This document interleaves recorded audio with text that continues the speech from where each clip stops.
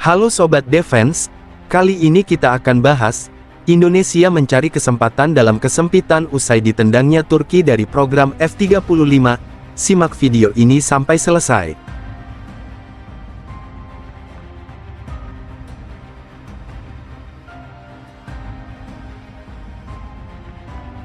Jangan lupa subscribe dan nyalakan notifikasi, supaya channel ini cepat berkembang.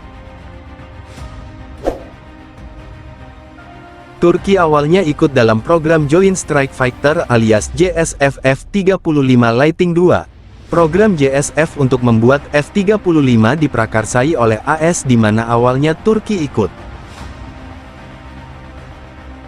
Anggota JSF yang akan mendapatkan F-35 antara lain, Australia, Belgium, Kanada, Denmark, Israel, Italia, Jepang, Belanda, Norwegia, Polandia, Korea Selatan, Singapura, Inggris dan tentunya AS. Selain itu jika tak punya nilai strategis di mata AS maka nanti dulu bila ingin memiliki F-35. BAE Systems yang menjadi kontraktor utama F-35 bersama Lockheed Martin menerangkan jika pesawat siluman ini sengaja dibuat untuk menggantikan semua jet tempur taktis NATO di masa depan. Produk yang dihasilkan adalah F-35 Lightning II Joint Strike Fighter, jet tempur siluman yang dieksekusi dalam 3 varian F-35A untuk Angkatan Udara AS, F-35B Korps Marinir AS, dan F-35C Angkatan Laut AS. Pesawat dirancang untuk menggantikan berbagai pesawat taktis yang sudah tua dan memperluas peran pesawat tempur tradisional dengan kompetensi baru yang memperluas utilitas misi. Setiap varian juga telah diadopsi untuk digunakan oleh berbagai cabang struktur pertahanan sekutu tersebut, jelas BAE Systems.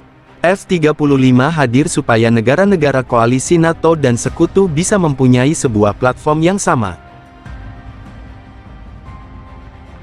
Sehingga mereka bisa mengirit biaya operasional di lapangan.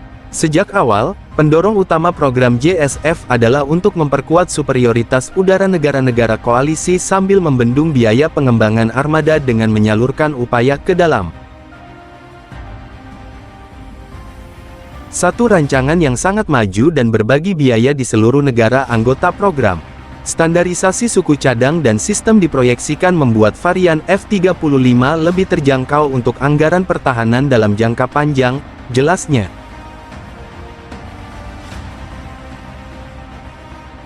Meski irit biaya, F-35 punya kemampuan untuk menghajar lawan secara maksimal, maka tak heran program ini akan jadi tiang pertahanan NATO, sekali gagal maka berimbas pada kemampuan tempur pasukan koalisi. Kemampuan lanjutan F-35 sebagai pengganda kekuatan baik dalam peran tempur tradisional maupun jenis misi baru memenuhi metrik kinerja. F-35 Lightning II Joint Strike Fighter saat ini sedang diimplementasikan atau direncanakan untuk digunakan oleh AS dan sekutunya, katanya.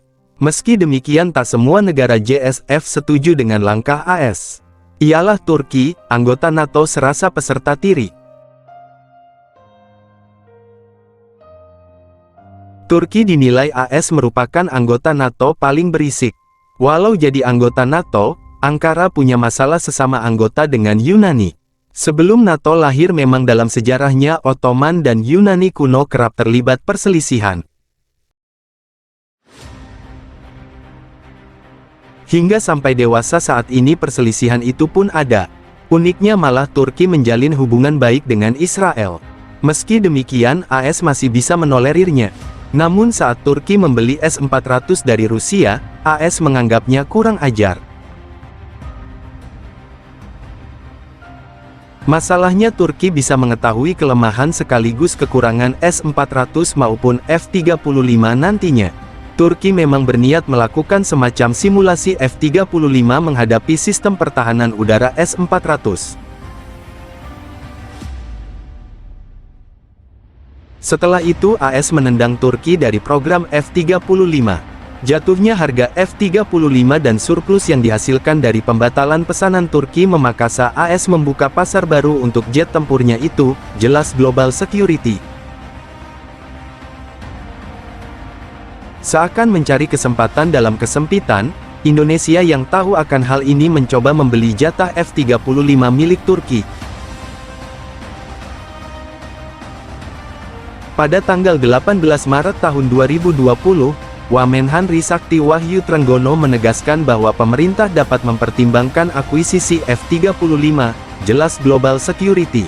Tapi nampaknya AS juga ogah menjual slot F-35 Turki ke Indonesia, *.